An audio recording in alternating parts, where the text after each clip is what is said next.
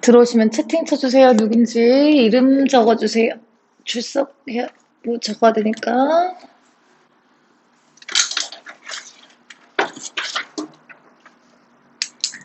현승이랑 나연이었고,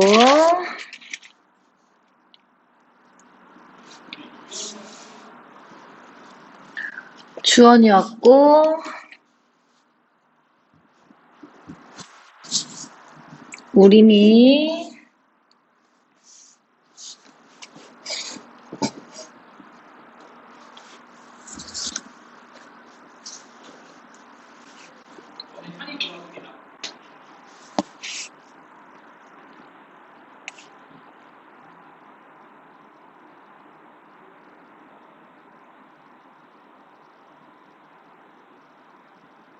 들어오시면 채팅 쳐주세요. 이름 써주세요.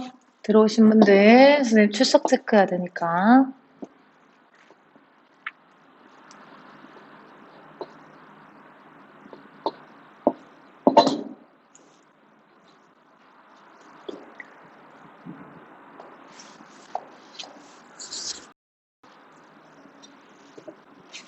지연이,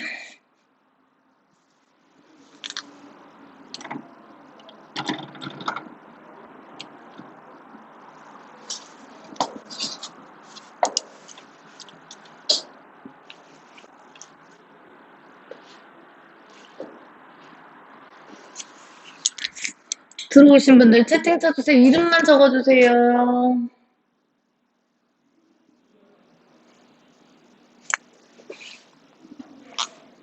일곱 명 들어왔거든?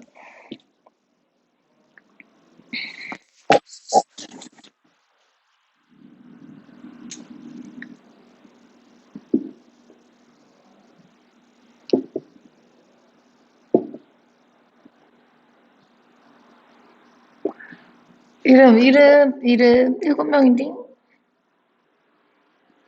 세빈이 같구나?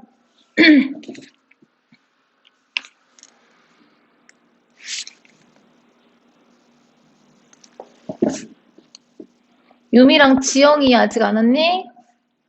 8명 다 들어온 것 같은데? 지영이 왔고,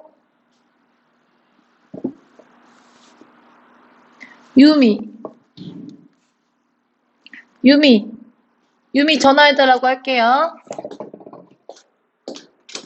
선생님, 손유미 학생 좀 연락주세요.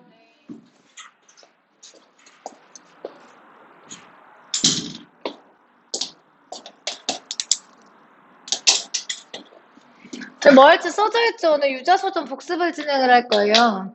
근데 유자소전 하기 전에 관동별곡 하 부분 있잖아요. 그 부분, 그러니까 그 본사 2 부분을 여러분 지난 시간에 선생님이 클리닉 시간이어서 못했으니까 이번 시간에 좀 하고 간단하게 하고 넘어갈게요. 이거는 말로만 해도 괜찮을 것 같아서 바로 그냥 유자소전은 적어놨고요. 관동별곡 하를 간단하게 설명을 하고 오늘 유자소전을 복습을 진행을 할 거예요. 그리고 여러분 본 수업 때 다 못했잖아요. 틀린 문제 전부 다 설명을 못 들었으니까 이따가 잠깐 쉬는 시간을 갖고 줌으로 옮겨가지고 여러분들 틀린 문제를 이제 왔다 갔다 이제 커뮤니케이션을 하면서 설명을 진행을 해드리도록 할. 그래요? 설명을 할게요. 마스크 쓰라고 하네요. 티는 나야 된다고. 마스크로 가리면 선생님 미모가 안 나오잖아요? 미안해요. 그래서 관동별곡 본사 2부터 간단하게 설명을 진행하도록 할게요. 자습서가 있으신 분들은 관동별곡 본사 2는요. 90페이지고요. 평가문제집으로 보시는 분들은 관동별곡 차 부분부터 보시면 돼요. 차 부분부터.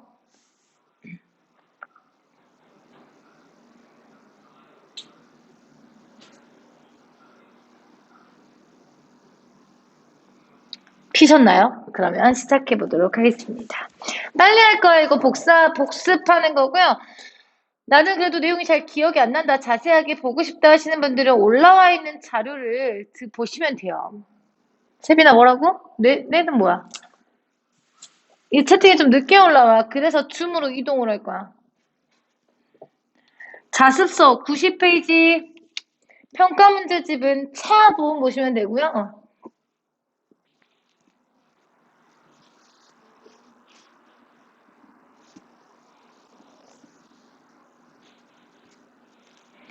보도록 하겠습니다. 본사이 여러분 산중 끝났다고 했어요. 지난 시간에 복습을 했잖아요.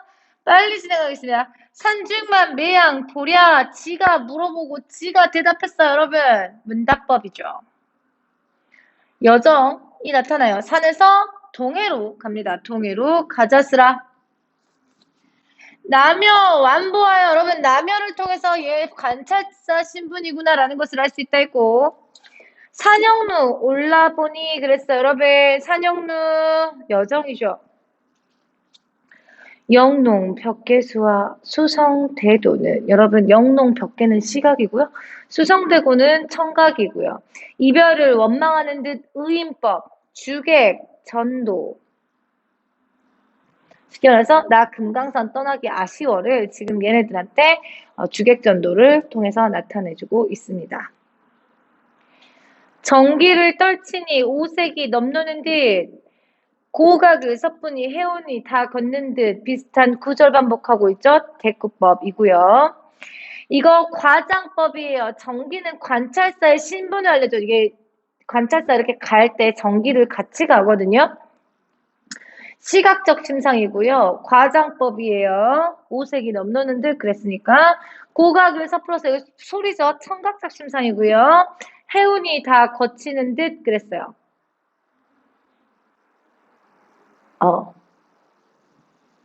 바다 안개가 다 거치는 것 같은 느낌이래.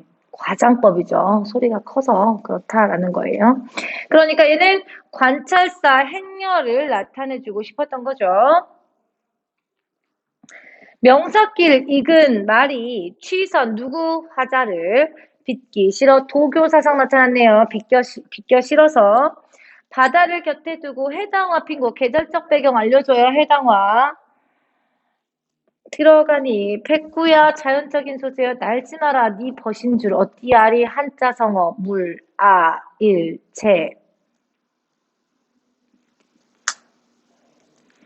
금남꾼 돌아 들어갔으니까 금남꾼 여정 총석정에 올라보니 총석정도 올라갔으니까 여정 배공루 나무 이거 사선봉을 봤다 했죠.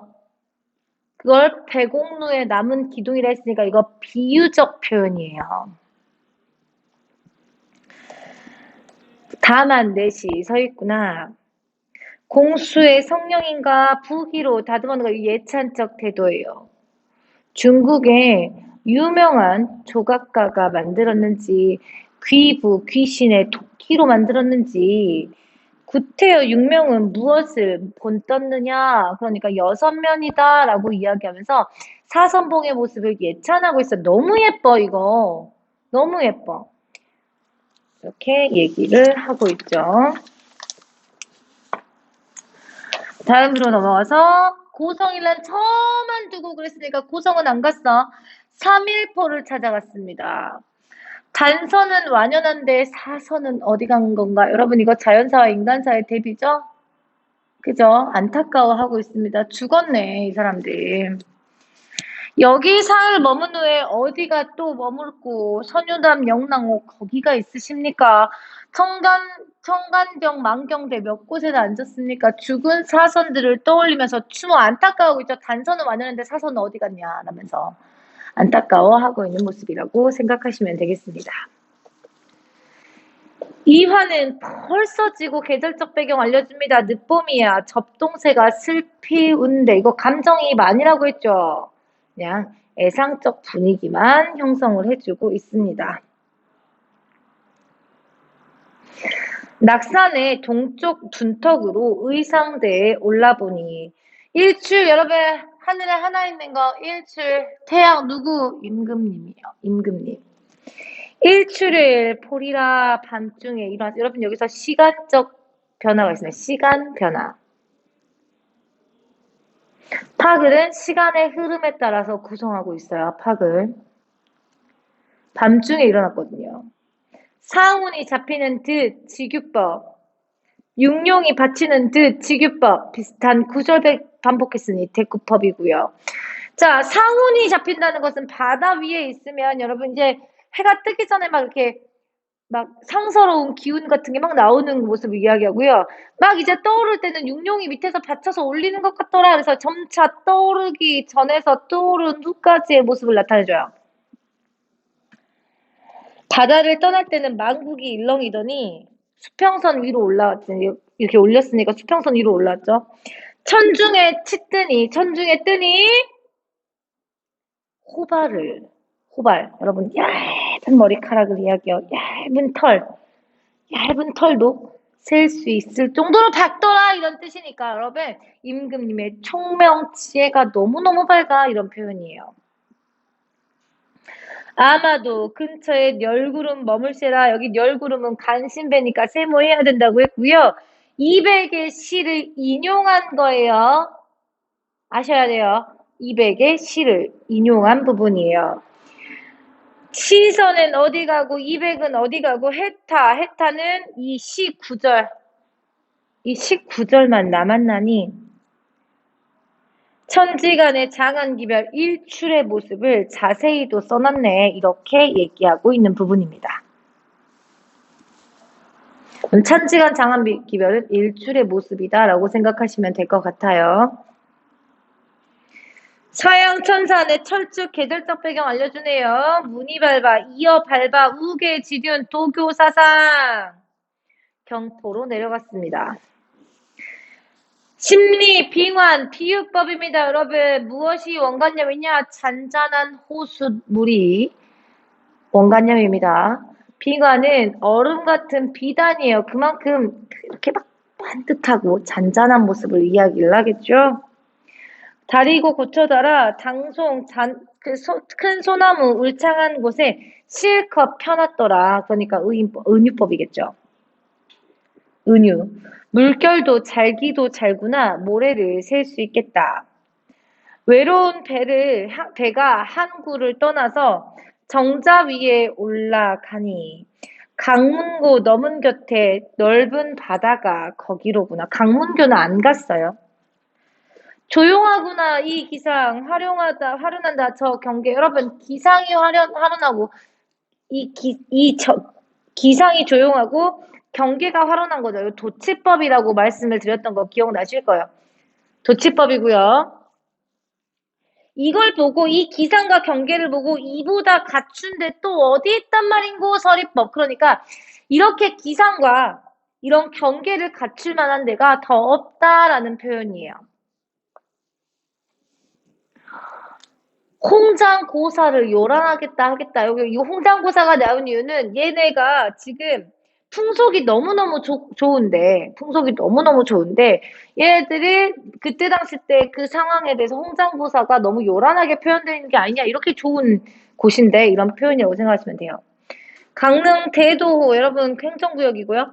풍속이 좋기도 좋구나. 강릉이에요. 강릉. 경포까지는 이보다 갖춘데 또 어디 있단 말고 해서 끝난 거예요. 경포는. 강릉에 대해서 이야기해요. 풍속이 좋아. 왜 이유가 나와? 절효 정문이 골골이 벌어져 있거든요.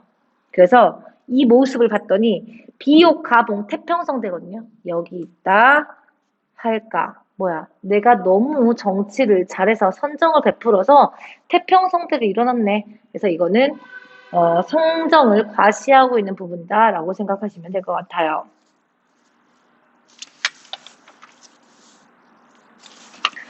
진주간 죽서루 50천 날인물이 태백산 그림자를 동해로 담아갑니다. 차라리 한강의 목력 옛 이름이에요. 서울 남산의 옛 이름. 목력에 닿게 하고 싶더라. 누구 생각해서? 임금님 생각해서. 임금님도 이 아름다운 거 봤으면 좋겠어. 이런 거예요. 연군 지정이죠. 왕정은 유한한데 여러분 왕정 공적인 내용이죠. 화자에 신분할 수 있고요. 풍경은 싫지 않으니 유해 회한도, 많기도 말수라. 객수, 여러분 객수. 지금 화자의 근심거리. 그러니까 왕정과 객수를 대비하고 있어요. 선사를 띄어내어 두로 향하실까? 사선이에요. 찾으러 단헐에 머물러 보실까라고 이야기하네요. 심리적 갈등이 여기에서 나타납니다. 처음으로. 심리적 갈등에서 처음 나타나요.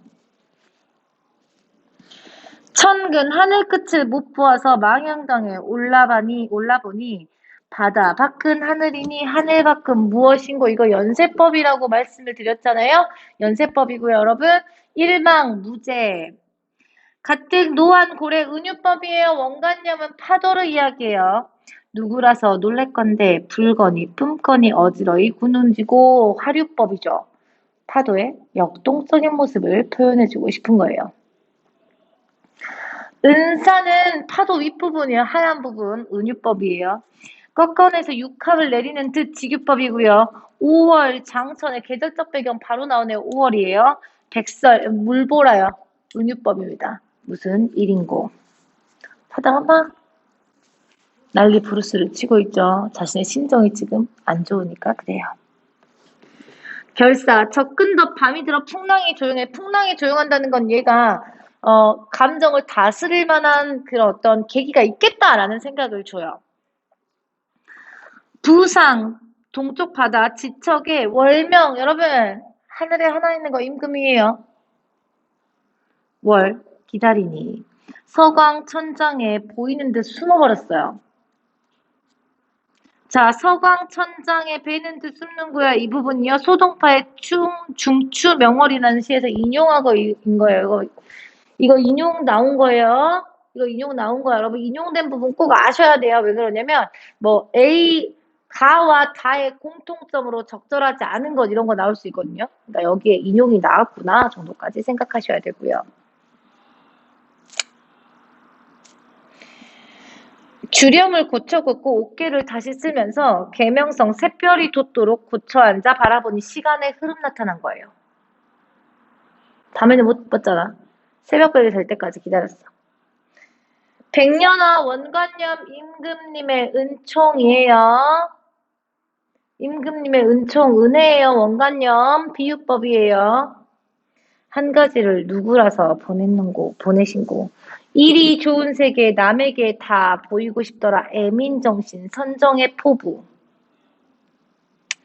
유화주 도교사상 가득 부어 달에게 물어보니 200 영웅 200이에요. 어디 가며 사선은 그 누구냐. 아무나 만나보아 옛 기별을 묻고자 했더니 선산동해 갈 길도 먼 기도 먼구나 라면서 임금님의 은혜를 느끼면서도 얘가 아직 신선적인 모습, 풍류를 잃지 못하고 있는 모습, 안고 있는 모습을 확인할 수 있죠. 마지막입니다. 이렇게 하면 얼마나 빠르냐. 처음 할 때 엄청 늦게 했는데 엄청 천천히 했는데. 그래서 여러분 나는 자세히 보고 싶어요 하시는 분은 동영상 올라와 있으니까 동영상 보시면 돼요. 송근을 베어 누워서 풋잠을 얼핏 드니 꿈에 여러분 잠 갈등 꿈 갈등 해소의 매개체예요. 매개체 꿈. 두 글자로 하라고 하면 풋잠이라고 하시면 되고 한 글자로 하면 꿈이라고 쓰셔야 돼요. 갈등 해소의 매개체. 꿈에 한 사람, 여러분 여기서 한 사람과 나를 구별해야 된다 했어요. 무조건이 알고 있으셔야 돼요. 한 사람이 나에게 이른 말이, 자 여기서부터 대화체가 나타난 거예요. 대화체. 그대를 내가 모르겠느냐. 너 상계의 진선이잖아. 이렇게. 이해되시죠 여러분? 그러니까 상계의 진선이었던 사람은 화자입니다. 황정경 일자를 어찌 그릇 읽여두고 인간 세상에 내려와서 우리를 따르느냐. 잠깐 가지 말고 이술 한번 먹어보 하면서 신선이 말한 거예요. 그랬더니 북두성을 기울여 창의수를 보여줬어요. 여러분 어떤 느낌이에요? 호탕하죠? 북두성을 기울여서 창의수를 부어줬대요. 호탕한 모습. 저 먹고 날 먹이거늘 서너 잔 기울이니 화풍이 습습. 여러분, 화풍은 온화한 바람이 습습하다는 것은 산들산들해서 양이 두 겨드랑이, 양쪽 겨드랑이를 축혀드니, 여러분 아까 너무 멀다 했죠? 근데 이렇게 했더니 구만리 장천이 잠깐이면, 적이면, 잠깐이면이에요. 낡었더라. 이거 여러분 소동파 적벽부에 나오는 말을 인용한 거예요. 이 술 가져다가 사해에 거론하나 엉망창생을 다 취하게 만든 후에 그제야 고쳐 만나 또 한잔 하겠고야. 이거 묶어가지고 선우 후락 애민 정신 선정의 포부. 선우 후락 애민 정신 선정의 포부. 말 진짜. 야, 잠깐만요. 이술 가져다가 하자꼬야. 이 부분까지가 이제 누구 말이냐? 정철의 말이에요. 화자의 말. 말 진짜 학자구 902에 신선이 올라갔습니다. 공중에 옥소 소리, 옥피디 소리는 어제론가 그제론가까지가 꿈이에요. 여기까지가 꿈이야. 이거 옥소 소리 때문에 깬 거 아니야. 나도 잠을 깨워서 바다를 굽어봤더니 깊이를 모르건대 끝인들 어찌 알겠느냐 하면서 명월 임금님 은총이라 했어요. 천천만락 온 세상에 안이 비친 대없다. 3, 5, 4, 3 경격가사고요. 마지막에 임금님의 은총에 대해서 이야기를 해주면서 끝난 거예요. 여기까지 복습되죠? 복습됐죠? 잘 이해가 안 돼요. 선생님 너무 빨라요. 막 이렇게 얘기하시는 분들도 어쩔 수 없습니다. 여러분. 이미 해놨어요. 자, 자습서 89페이지고요. 평가 문제집이신 분은 국어의 힘 목표와 각도 2번을 보시면 시조가 하나가 있어요. 만응, 윤선도의 만응 이게 있거든요. 이거 해야 돼요.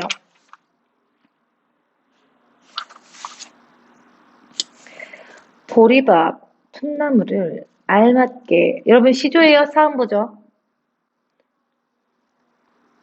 다른 점은 같은 점은 사음 보고요.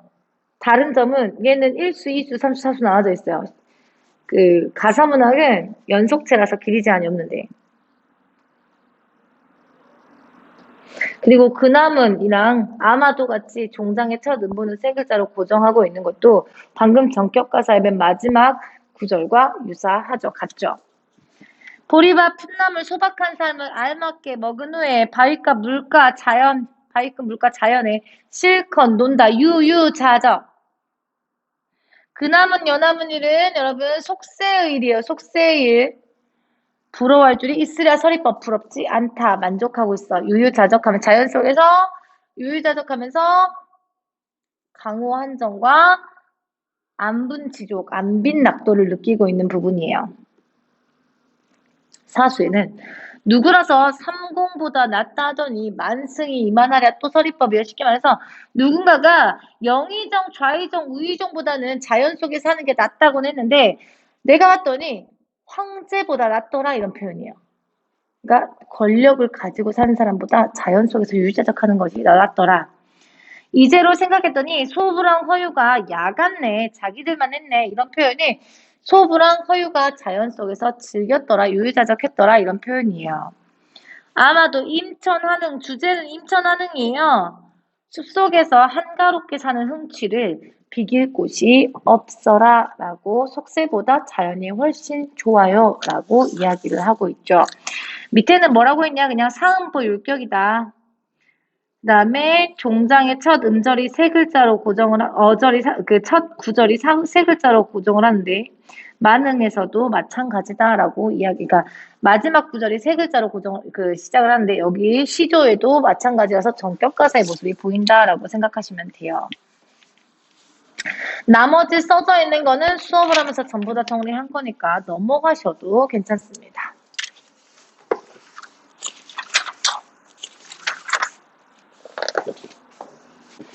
와, 벌써 25분이 지났네?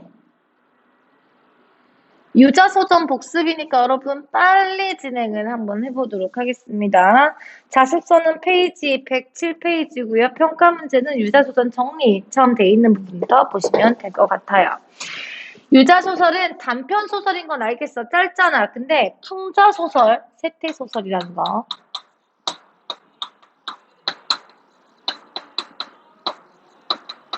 보통 세태소설은 현실을 사실적으로 그려주면서 현실의 문제점에 대해서 비판적으로 바라보는 걸 세태소설이라고 해요. 비판의 대상을 웃기게 표현했으면 풍자소설이에요. 이해되십니까? 풍자는 비판이 목적이잖아요. 그래서 풍자소설, 세태소설이면 시대에 뭔가 문제가 있구나. 그걸 비판적으로 바라보고 있고 그거 대상을 웃기게 표현하고 있구나라고 생각하시면 되겠어요. 성격 비판적, 해학적 웃긴다는 소리예요.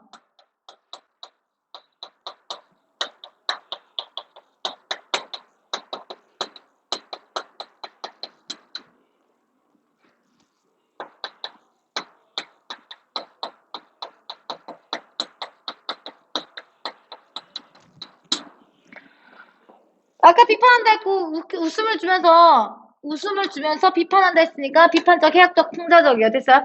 선생님 해학은 왜 나와요? 라고 이야기를 할 수 있는데 해학은 연민이나 공감을 하게 하는 거예요. 여기서 유자소도 웃기게 표현을 하자. 유자도 웃기게 표현하잖아요. 그쵸? 유자도 웃기게 표현하는 부분, 유자를 웃기게 표현하는 부분은 해학성이라고 생각하시면 되겠고 유자가 웃기게 누군가를 비판하는 건 풍자성이라고 생각하셔야 돼요. 자, 그리고 전기적, 이거 중요합니다. 여러분, 전기성은 두 가지 의미가 가지고, 전기성이라는 거는 비현실성인데, 여기서 전기적은요, 전기의 형식을 빌렸다는 뜻. 인물의 소개하고, 인물의 일생을 얘기하고, 마지막에 평가를 하는 그런 요소가 나타난다라고 생각하시면 되겠습니다. 이거 되게 특징적인 거. 나는 주인공이 아닙니다. 나는 주인공이 아니에요. 나는 유자를 긍정적으로 평가하고 있는 서술자죠. 그렇다는 것은 내가 주인공이 아니면 작품 내에 있는 인물이 중심이 되는 인물을 관찰하거나 그와 대화를 하는 내용이 나타나겠죠. 1인칭 관찰자 시점입니다. 1부는 전지적 작가 시점이니까 어디가 전지적 작가 시점에 혼용되어 있는 부분인지 찾으시면 좋겠고요. 배경은 1970년대에 도시화 산업화가 되면서 물질 만능주의가 생겨나며 인간 소외가 나타나던 시절입니다. 공간 서울. 특징, 밑줄 전통적 전해 양식을 차용했으며 사투리를 사용해서 향토적 정서를 드러냈습니다. 주제, 유자의 인격적 업무와 물질 만능주의에 빠진 현대사회를 비판해주고 있고요. 짜임은 유제필을 소개해줘요. 그래서 우리 유자라고 불렀고요. 전개에는 부치성과 왕래한 호기심, 옛날에 있었던 일화를 쭉 얘기를 해줘요. 절정에서도 재벌 총수집에서 있었던 이야기를 얘기를 해주고요. 결말에 유자가 간암으로 생을 마감해서 유자에 대해서 평가를 한다. 왜냐면 전기적인 성격이 있다고 했죠. 그래서 그런 내용이 나타난다 생각하시면 되겠습니다. 여기서 유자는 긍정적인 인물이에요. 빨리 보도록 하겠습니다. 한 친구가 있었다. 소개해줍니다. 나 이 친구 얘기할 거야. 이거야. 나 얘기 아니야. 이 친구 얘기할 거야. 그러니까 초점이 되는 인물을 소개해주고 있는 부분이야. 나 이 친구한테 초점을 맞출 거야. 그냥 보면 그저 그렇고 그런 보통 사람에 불과한 친구인데, 그러니까 외모는 겉모습은 그냥 아무렇지도 않은데 어느 사람처럼 이 땅에 그런 사람이 있는지 많은지 하기에 그럭저럭 살아가다 재물에 흐지부지하고 오마진 예사 허룹승은 아니었습니다. 그러니까 겉으로 보면 보통 사람 같은데 보통 사람들처럼 막 물질에 막 휘둘러 다니고 하는 허루숭이 같지는 않았다라는 거예요. 그냥 보통 사람과는 차이점이 있었다라는 뜻이겠죠. 이제부터 초점이 되는 인물을 얘기했으니까 인물을 소개해줘야 됩니다. 어떤 인물인지가 얘기가 나올 거예요. 그의 이름은 유제필이다. 전해영식, 생장부터 죽을 때까지요. 태어날 때부터. 1941년 홍성구 강천에서 태어나 보령군 대천에 와서 자라고 배웠다. 그리고 그의 나머지는 서울에서 살았다. 구체적인 지명이 나타난다는 건 이 글의 사실성을 부여해주고 싶은 거예요. 왜냐하면 세태소설은 약간 현실을 비판하거나 사실이 있었던 것처럼 이야기를 하잖아요. 전해 형식을 빌렸기도 하기 때문에 이게 실제 있는 인물인 거 아니야? 라는 착각, 여러분 이거 근데 소설이에요. 꾸며 쓴 글이에요. 꾸며 쓴 글입니다. 뭐 작가가 어렸을 때 겪었던 친구의 이야기를 하고 있다면 틀려요. 이거 꾸며 쓴 글입니다. 호구의 인물들이에요.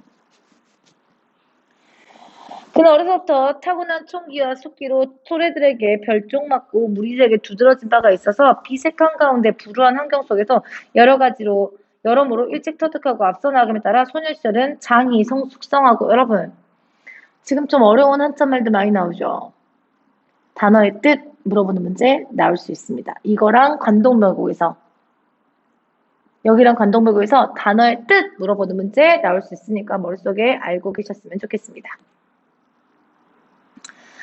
청년 시절 잠옷 노련하고 장년에 들어서는 속절이 노성하였으니 무릇 그것이 그가 보통 사람 가운데 항상 깨어있는 삶을 살게 되는 바탕이었다.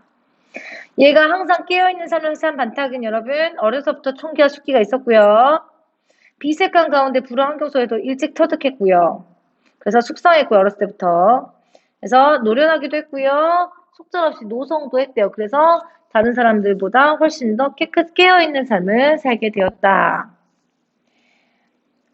그의 생애는 풀밭에서 뚜렷하고 쑥밭에서 우뚝했다. 이게 뭐야? 풀밭에서 뚜렷했대. 눈에 띄었다. 쑥밭에서 우뚝했다. 눈에 띄었다라는 뜻이야. 남들과 다르게 존재감이 두드러지고 눈에 띄었다. 한자성어 여러분 군계, 일학, 백미, 낭중지출 같은 것들이 있다라고 선생님 수업 시간에 적으라고 했었죠. 그는 애초에 심성이 밝고 깔끔하였다.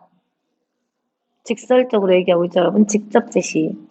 매사에 생각이 있고 침착했으며 성품이 곱고 굳은 위에 몸속 겪은 바를 힘써 널리 보고 애써 널리 들은 것을 더하여 스스로 갖추어진 숫대와 나름껏 이루어진 주견으로 갈피 있는 태도로 흐트리지 아니하였다. 직접 제시해요. 그의 성격을 직접 제시해주고 있고요. 여기까지만 봐도 알 수 있겠어요. 굉장히 예찬적 태도가 나타나죠. 그러므로 주변머리 없이 기대거나 자발머리 없이 나대어 남을 패롭히거나 누를 끼치는 자는 반드시 장마의 물걸레처럼 쳐다보지 않았어요. 장마의 물걸레. 더럽게 쓸데없게 생각했다 이런 뜻이죠. 분수 없이 남을 짝끼거나 밟고 일어 섣불리 무엇인 척하고 웃으대는 사람은 조조가 망하기를 기다리듯 미워했대요. 속으로 은근히 미워해서 망했으면 좋겠다라고 생각했대요. 이렇게 잘난 척하는 사람들은. 또 모른지기 세상의 일에 알면 마땅한 자림에도 아는 대로 힘차게 말하고 모르면 모른 대로 수치게 말하며 마땅한 자림에도 불구하고 어디 떳떳하지 못하게 주눅 들어서 좌우에 눈치를 막 부리는 사람이 있으면 얘가 이렇다는 게 아니에요. 유자가 싫어하는 유형들을 얘기를 하고 있는 거예요. 여러분. 라글은 유자가 싫어하는 사람들이에요. 마치 말만한 딸을 서울 가게 하는데 힘입어 그날로 이잣돈을 놓는 매몰스러운 구두쇠 보듯이 을의 가르침을 멀리 뱉었어요. 거기에 이력이 나왔습니다. 여기까지는 유자가 싫어하는 유형이었습니다. 락을.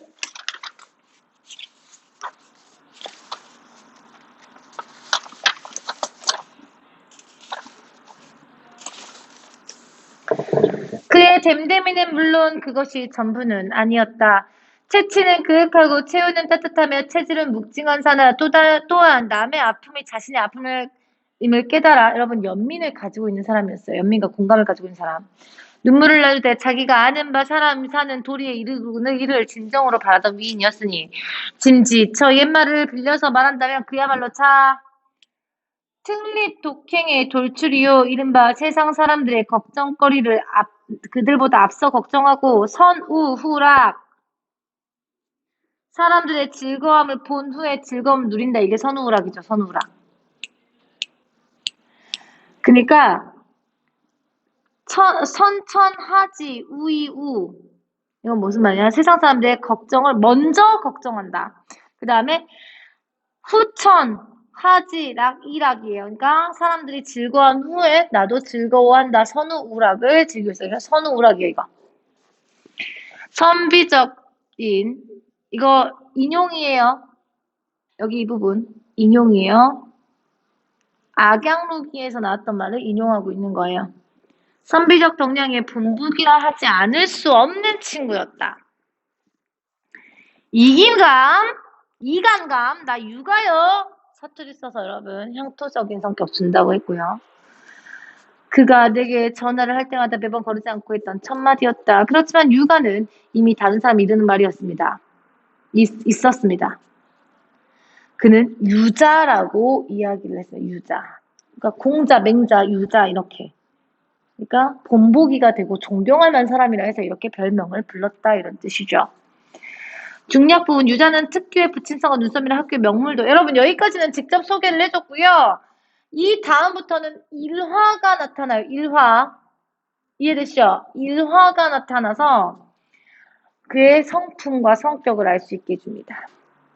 중학교 졸업 후에 선거운동 국회의원 비서관을 지내다가 군대에 입대하게 되고 입영열차 안에서 당사주책을 읽은 덕분에 군대에 입대해서 도사라는 애칭을 얻고 편하게 지냈대. 제대 후 유자는 택시 운전을 하다가 재벌그룹 총수의 운전사가 됐네요. 시대적 배경이 구체적으로 나옵니다. 언제? 1970년. 아주 구체적이죠. 내가 지금의 세종문화회관 자리에 있었던 예총회관의 문인협회 사무실에서 여러분 서술자에 대한 정보가 엄청나게 세세하게 나와요. 이거 실제 있는 일인 것처럼 믿게 해요. 사실성을 줘요. 기관지를 편집하고 있을 얼음이었어. 자, 여기서부터 일화 나왔다 해서 일화. 유자의 성격을 알 수 있게 해주는 일화. 난데없이 찾아왔어요. 이산의 시장 어디서 무엇이든 다시 만나라 했더니 재벌 총수 승용차 운전수가 됐고 나는 문형 작가였어요. 사글. 그가 잡지를 보다 우연히 나를 알아봤고요. 내 소재를 찾는 번거로운 절차를 무릅쓰고 찾아온 데에는 나름의 속셈이 있었는데 지금은 대학 교수의 부인된 그때는 아니고요.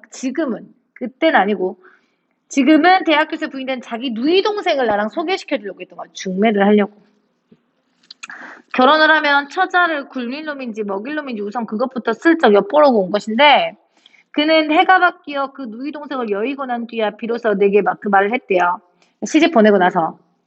그는 처음 만났던 날 저녁에 내가 이거 찾아온 날 내가 1970년대 그때 70년에 그때 처음으로 찾아온 날 내가 말술을 마시고도 양이 안 차는데 질려서 가위표 안 돼 띠 맞득치 않아 마음에 들지 않아 삐 내 동생 남편으로는 안 돼 이렇게 했다는 뜻이겠죠. 한 번은 자책은 본 있으면 달라고 했어요. 사기를 한 질 주었더니 그 후부터는 올 때마다 책담을 드러냈습니다. 잡지사 편지 시대에서 사시장철의 기증본으로 들어오는 책만 해도 아주 주체를 못하도록 더미로 답쌓기는 마련이었고요. 그는 오는 족족 자기 욕심껏 그 책더미를 헐어갔습니다. 장근 17년 동안 밥상머리도 책을 놓지 않았던 그의 열정적인 독서생야말로 실은 그렇게 출발한 것이었습니다. 이 다음부터 꾸준히 책을 읽었었다 이런 표현이라고 생각하시면 돼요. 과거니까. 하루는 어디로 세 번째 일화 어디로 해서 좀 와보라고 했습니다. 그래서 자 여기서부터 이제 본격적이죠. 후미진 대포집이었습니다. 나는 한내 떠난 이래 처음으로 대하는 민물고기 잘 안 먹었습니다. 그러니까 고향을 떠난 후에 새삼스럽게도 해감내가 역하기도 싫었습니다. 그는 흙탕내어도 아니고 시궁창내도 아닌 그 해감내가 문득 그리워져서 부득이 그 집으로 불러냈대요. 이거 왜 그리운지 알죠? 뒤에 이유가 나오죠? 허울전 하늘탈이지. 이거 무슨 뜻이야? 허울이 좋을 뿐, 보기만 좋을 뿐이지 똑같지 뭐 이런 뜻이에요. 하늘탈이. 그러니까 겉보기만 좋지 쓸속이 없지 이런 뜻. 수채구멍내가 나서 어디 먹겠나? 이까지 냄새가 못이 그리워서 이걸 다 돈 주고 써먹어 나 원참. 취미도 별 음두까지 같은 희한한 취미가 다 있구먼 이렇게 이야기를 했어요. 그러니까 이거 누구 말이냐? 나의 말이야 나. 이게 왜 그래요? 헐말 좋을지 냄새만 나는데 이런 표현. 내가 맛듣잖아 했더니 야 그래도 좀 구적구적한 헌디서 사는 고기가 히쿠라이보다 맛은 있어. 히쿠라이는 외래종보다 맛이 있어. 이런 표현입니다. 이거 나 알죠? 금붕어 먹어서 그래요. 누가 금붕어를 먹어? 금붕어 먹어서 그래. 하면서 그날따라 말고 수그러들 기미를 보이지 않는 것이었어요. 그날따라 수그러들 기미가 안 보였어. 그가 자기 주장에 완강할 때는 경험론적인 설득 논리가 있어. 그러니까 내가 경험해봐서 알아. 이거예요. 그러니까 완강하게 얘기할 때는. 그러니까 이 사람은 자기가 경험해서 뭔가 알 때만 완강하게 이야기를 했대요. 무장돼 있는 경우였다. 무슨 얘기가 있는 모양이면 있다면 있고 없다면 없는지 들어볼라남 그는 자 이야기를 펼쳐 놓았습니다. 지금부터 여러분 부분적으로 전지적 작가 시점이 나오는 부분이 많이 나올 겁니다. 여러분 지금 네트워크가 별로 안 좋거든요. 혹시 끊어지면 바로 다시 들어오시면 돼요. 선생님 바로 방송을 킬 거니까. 움직이고 있나? 자, 그 친구한테, 유자한테 들었던 이야기를 해주죠. 계속 이러면 안 되는데.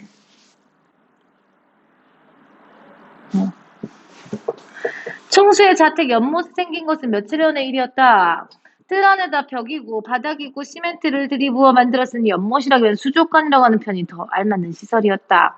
시멘트가 굳어지자 물을 채우고 울긋불긋한 비가닝어들을 풀어놓았는데 비가닝어들 화려하고 기티가 나는 메시로 본 사람은 탄성을 뛰어냈으나 그는 여기 그 유자입니다.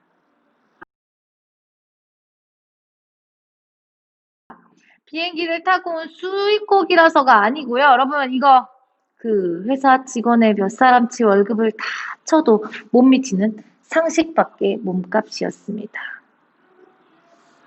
그러니까 사람들 월급이나 올려주시지 이런 거를 왜 샀을까 이렇게 비싼 거를 이런 표현이었던 거죠. 허위의식, 허례허식, 남들에게 막 보여지는 모습만 중요하게 생각하는 모습에 대해서 비판적으로 생각을 한 거죠. 여러분 잘 봐봐요. 그의 마음 심리까지 다 알죠. 이거 부분적 전지적 작가 시점에 나온 부분이에요. 월 몇 짜리국인데 그려? 다시 현재로 돌아왔습니다. 내가 물었어요. 마리당 80만 원씩 주고 가져왔다. 그 회사 직원의 봉급 수준을 모르게 내 월급을 계산해보니 3년 4개월 동안 봉투자로 싸워야 겨우 한 마리를 만져볼까 말까 하는 값이었대요. 그때 월급이 2만 원 정도였나 봐요. 엄청난 거죠. 쉽게 말해서 일반 사람들의 생활과는 너무 동떨어진 사치스러운 생활을 하고 있었던 거예요. 그러니까 배알이 꼴렸던 거예요. 짜증이 났던 거예요. 왜 뭐 이거가 그렇게 비싸다냐. 내가 기가 막혀 두던 거였더니 보통 것은 아니려면 그래요? 보통 것은 아니요. 이거 여러분 이거 보통 것이 아니었어. 이렇게 얘기하는 거 여러분 비꼴려고 한 거야. 비꼴려고. 여기서부터 중요합니다. 베터넴 메네토 베토벤이죠. 자, 모래나를 틀어주면 그 가락대로 따라 싸우고 차에 코 풀고 싶어 차에 코 풀고 싶이죠. 나나 모래나를 틀어주면 또 그 가락대로 따라서 꼬랑지 흔들어서 먹고 사는 물고기가 있다는 건 이번에 그 집에서 처음 봤구먼. 발음의 유사성을 통한 언어 유희고요. 해학적인 성격이 나타나며 그 총수를 풍자하고 있는 겁니다. 이 사치를 부리고 있는 총수. 이해되시죠? 그런데 이 비단잉어들이 어제 새벽에 떼죽음을 한 거였다. 자그려 보니 죄다 허옇게 뒤집어진 채로 떠있는 것이었다. 총수가 실내화를 깬 발로 뛰어났지만 아무 소용이 없는 일이었다. 어떻게 된 거야? 한동안 넉나가 있던 총수가 하고 많은 사람 중에 하필이면 유자를 강해서 물었습니다. 그랬더니 유자 배알이 꼴리죠. 꼴리기 싫었을 거예요. 글쎄요, 아마 밤새 곧불이 들었던 게 비유. 일부러요. 엉뚱한 말을 했어요.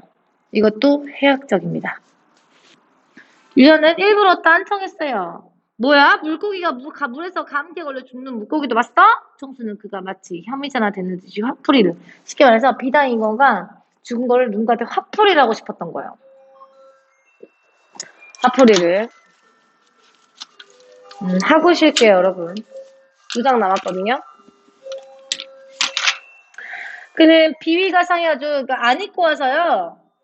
그야 팔자가 사나워서 이런 후진국에 시집와 살라니까 여러 가지로다가 객고가 쌓여서 조시도 안 좋았을 테고 몸 상태가 그런데다가 부르쓰고 지루박이고 부르 쓰고 지루하게 노래 틀어줬다 이 말이죠. 가락을 트는 대로 들이있다. 취대 쓴게.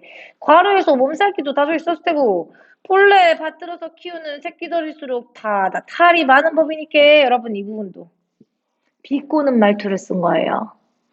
허영심, 다른 사람한테 보여주는 모습만 중요하게 여기는 모습을 비꼬고 풍자한 거예요. 비판한 거죠.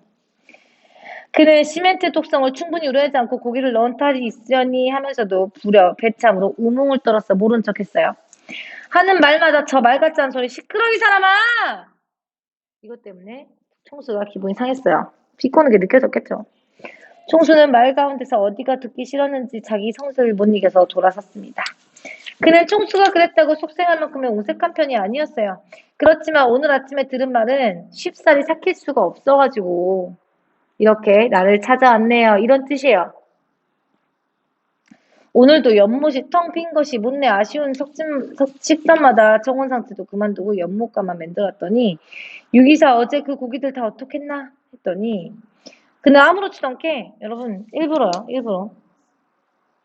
태연하게 아무렇지도 않게 태연하게 한 마리가 황소 노댓마리 값이나 나간다는데 아까워서 그냥 네 번지기도 거시기 하고 비싼 고기는 맛도 괜찮겠다 싶기도 하고 이렇게 비늘 대강 긁어서 된장기 좀 하고 고추장도 좀 풀고 마늘도 서너 통 다져 넣고 멀국도 좀 있게 지져서 한 곱부절씩 했지요. 나눠 먹었어요.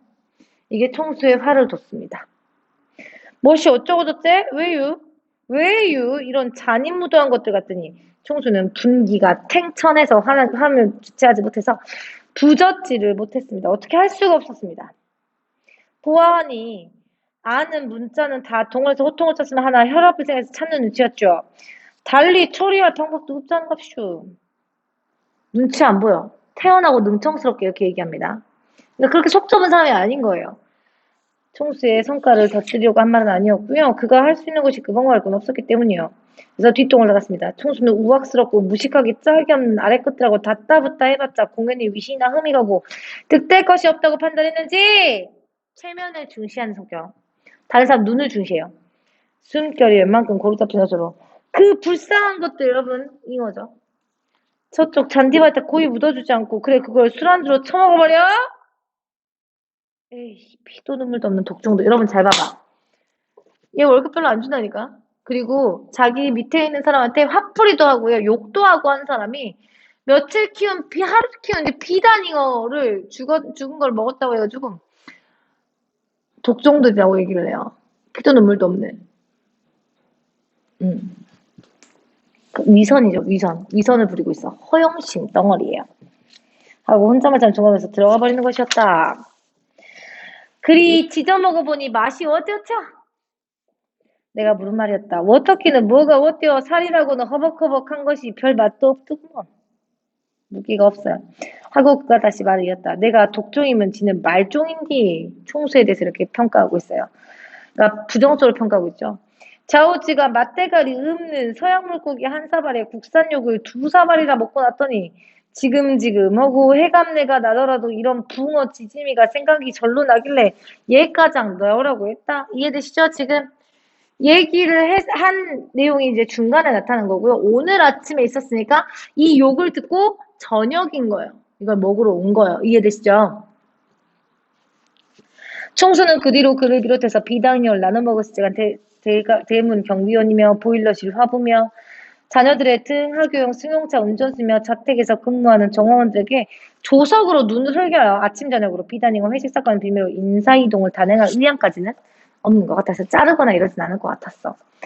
그는 하루바삐 총수의 수년자 운전을 떠나고 싶었어. 왜? 이 위선자, 허위의식이 가득한 사람 이렇게 생각했기 때문이에요. 남들은 그룹 소속 운전수들의 정상이나 다름없는 그 자리에 서로 못 앉아 턱주갈이 떨어지게 올려다보고 있었지만 그는 총수가 틀거지만 그렇듯 보잘것없는 위선자로 보였기 때문에 그 사람 위해서 운전하고 싶지 않았던 거예요.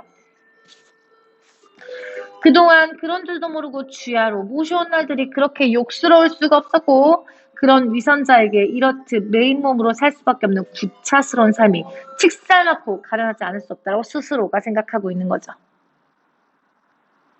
비판하고 싶은 거 그때 당시 현대인들의 허위의식, 과시의식, 속물적인 거 인간 소외 현상 같은 것들을 비판하고 있습니다.